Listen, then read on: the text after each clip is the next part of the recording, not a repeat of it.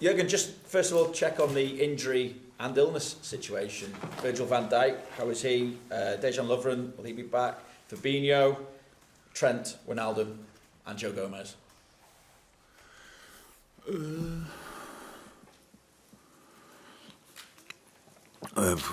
We start with who?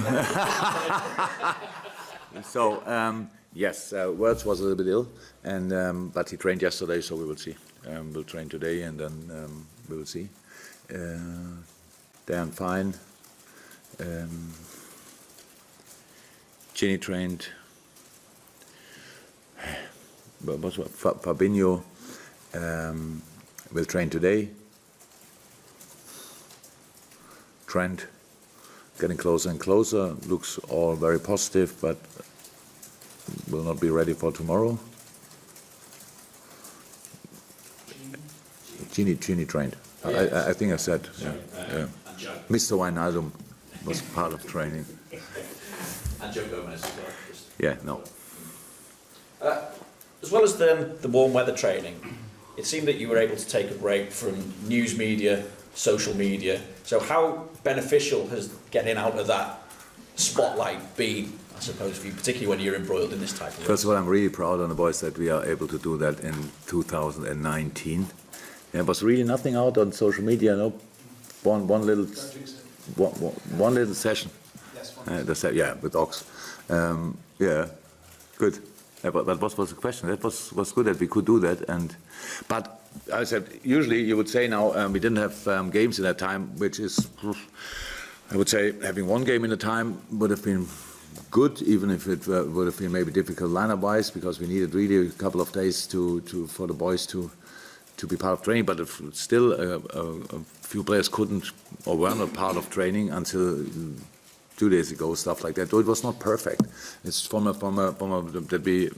it was good that we didn't have to play, even though there were important cup competitions. But that would have been really not possible for a lot of players.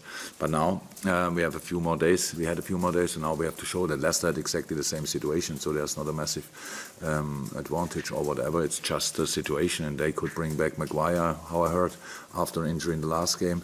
And so we had a few more days and could wait for one or two players, but we have to see if they will be then really available for the game tomorrow. Looking broadly at the development of the squad and the reasons behind why you find yourselves in the position that you're in now, and it refers to Pochettino's comments as well, saying that top four is more important than winning a domestic cup competition. Just how important has it been, that qualification for the Champions League, in developing this squad year on year? And with that in mind, would you have been able to do the same if maybe you'd missed out on the top four and won a cup competition? I don't know exactly how much we need money for improving a football team. We cannot change that. It's not the only way, but it's a big thing. And especially if a team is developing really well and you want to keep the players, the squad will not be cheaper the year after that. So that's the truth. And I know that people probably didn't like what Poch said in these moments, but it's so easy always from outside looking at that, and it's from a club point of view. I think so. The best competition to win is the Premier League, because then you are in the top four and you have a big. You want a big thing, but with all the other cup competitions, you want to win them as well, of course. But on the other hand side, they don't guarantee you the money for the next year.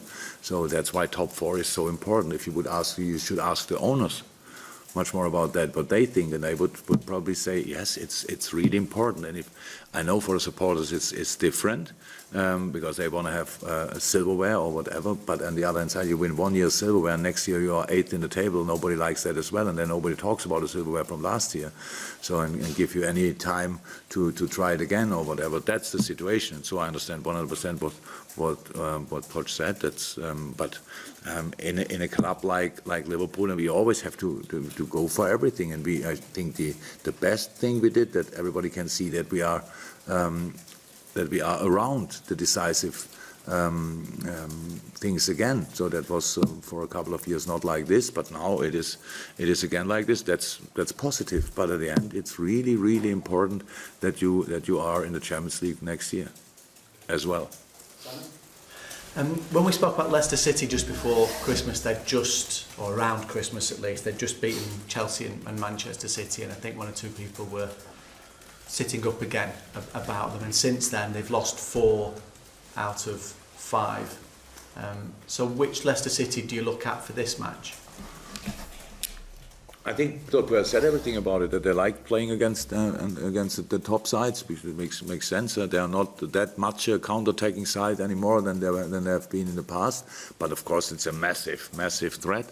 So, and we all had these situations. If you play against teams, they don't give you a lot of space or whatever, then it's not too comfortable. And a lot of teams struggle with that, obviously, to create. And these are the games they lost when they concede the counter-attacks or whatever, stuff like that. But it's for them, we expect a very dangerous opponent. That's how it is, and because they have quality, if we can go through the team, that's a super team, to be honest. So I can imagine that they are not happy with the situation, because you think about that. I'm not sure which position are they in the moment, 11th, 10th, 11th or so. Yeah, and obviously a few years ago, it would have been a brilliant position for Leicester, but after being champion and playing Champions League, now it's not that good, and they invest a lot of money in the team, obviously, as well. So, but they have a really good team, centre halves, full-backs, midfielders, really interesting, and up front. Yeah, very talented, and with Jamie Vardy, one of the best strikers in the league. So that's a big threat. We expect a very good side, and I'm really happy that it's a Wednesday night game, because I hope that our supporters feel the need of real support. So it's not that it's a while ago that we played at home, like 10 days or so. So we are again really looking forward to it, but it will not be easy as well. Like the last game was not easy, but it's all about, what can I say? Squeezing everything out of the players, and that we can really perform good enough to win that game.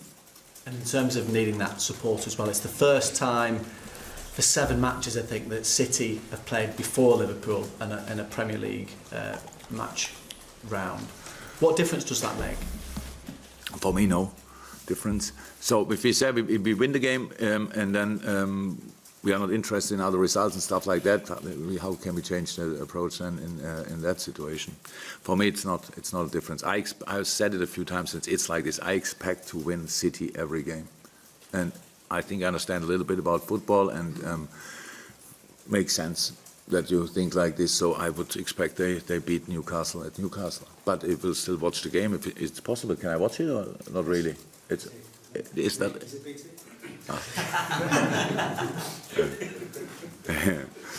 Good. And because we play Newcastle as well. So, and then I don't sit, I can only speak for myself, and I don't sit in front of the television and think when they score or whatever. It's not like this.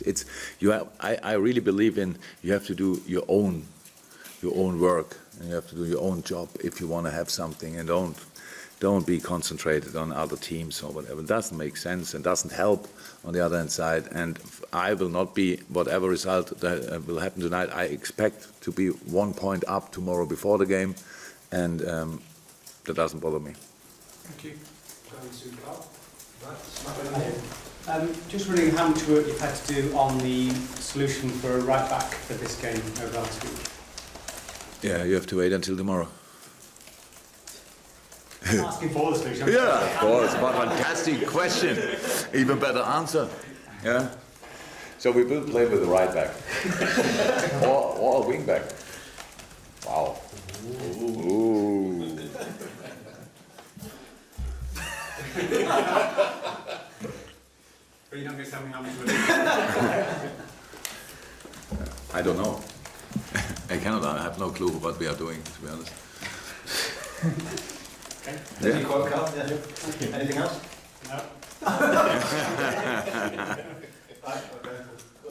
You had a chance to reflect on that Crystal Palace game in terms of obviously the defensive record up until that point had been unbelievable in the Premier League, and it been conceding 3 goals in one game.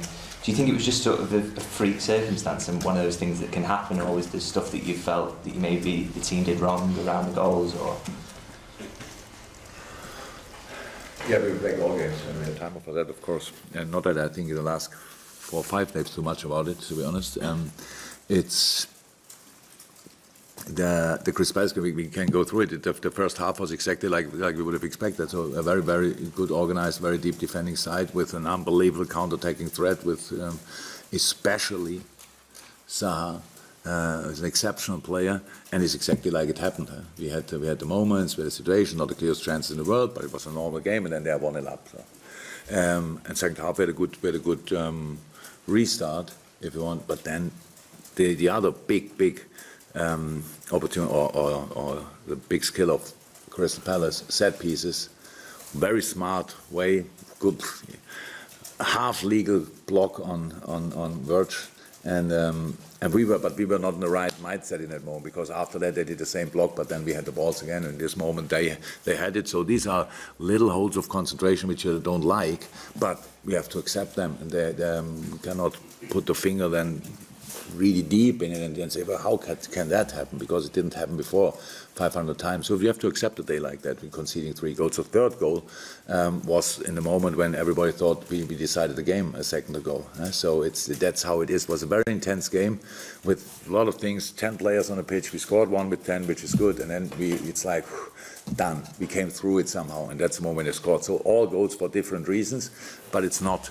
You don't want to concede 3 goals, but it was always clear it can happen. And Crystal Palace did everything to score them that day with their skills. They used their tools really well.